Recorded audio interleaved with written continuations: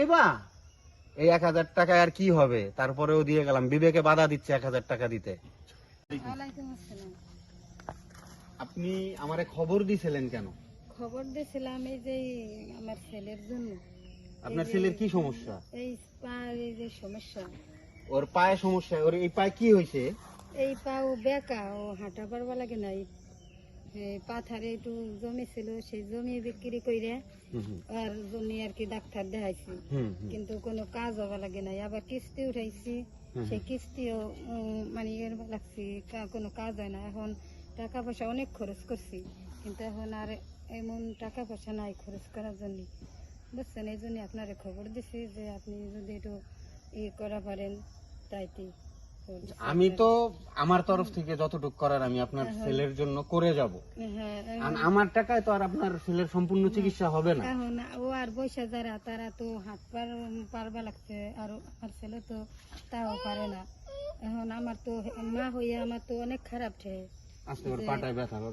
যে আমার ছেলে হাঁটা পারে না, আমার কাছে অনেক খারাপ ঠেয়ে। কিন্তু এখন তো আমার কোনো তৌফিক নাই যে চেষ্টা করব, কিন্তু এখন চেষ্টা করার তো আপনাকে ফেরে আমি বার সাইডে দিচ্ছি। আপনারা যদি একটু চেষ্টা করেন, একটু দেখেন, তাইলে যদি আমার ছেলে যদি আল্লাহ যদি ভালো করে, কিন্তু আমাকে এরকম তৌফিক নাই যে আমরা একটু চেষ্টা করব। ছেলের এটা সম্পর্কে আমি যতটুকু পারি করব। আমার কাছে ওর পূর্ণাঙ্গ চিকিৎসা করাই দেওয়ার মতন আমার অ্যাবিলিটি নাই, আমার ক্ষমতা নাই, বা আমার কাছে ওই পরিমাণ অর্থটাও নাই। এখন আপনার এই ছেলের চিকিৎসা কতদিনের ভিতরে করতে বলছে ডাক্তারে?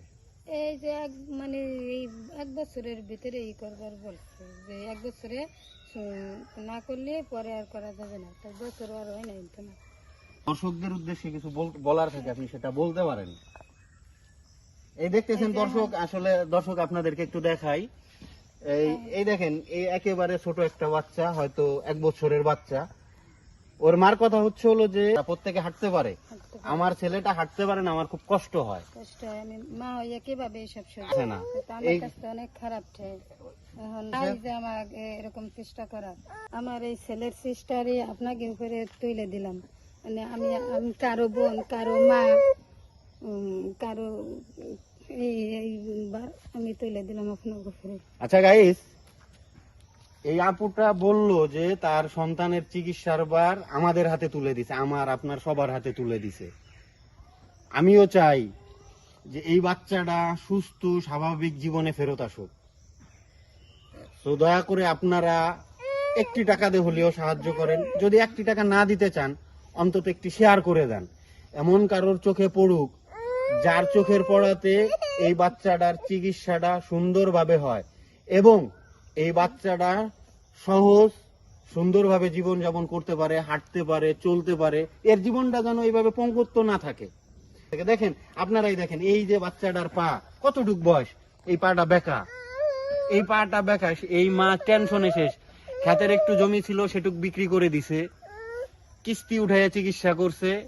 এর হাজবেন্ড দিন মজুর, কোনোদিন 500 টাকা ইনকাম করে, কোনোদিন 600 টাকা ইনকাম করে, আবার কোনোদিন ইনকাম হয়ও না। গ্রাম অঞ্চলে কাজ চলে না, গ্রাম অঞ্চলে ঠিক মতন প্রতিদিন কাজ হয় না। এই মার দিকে তাকান, দেখেন তার মনটা খারাপ হয়ে রয়েছে, চোখে পানি টলমল করতেছে। ওর বয়সে অনেক ছেলে আছে যারা হাঁটতে পারতেছে, দাঁড়াইতে পারতেছে, আর এই পারতেছে না। এর মার কলিজাটা ফেটে যায়। তো দয়া করে আপনারা ওর পাশে থাকবেন। আমি এখন আমার তরফ থেকে একে 1000 টাকা দিয়ে যাচ্ছি। যদি আপনাদের মনে চায় আপনারা কিছু দিবেন, প্লিজ দয়া করে দিয়েন, আমি এখানে পৌঁছাই দিব। বা যদি আপনারা সরাসরিও দিতে চান, এর বাসা হচ্ছে ফরিদপুর জেলা নগরকান্দা থানা ধর্মদি গ্রাম। যে কেউ বললেই হবে। এর বাবার নাম সম্ভবত কালা, না? ওর বাবার নাম কালা। আপনাদের কাছে অনুরোধ রইল এই বাচ্চাটার পঙ্গুত্ব থেকে বাঁচান একে। এই বাচ্চাটা যেন পঙ্গুত্ব বরণ না করতে পারে। হয় আমি 1000 টাকা দিয়ে গেলাম। এই 1000 টাকা তুমি নিবা?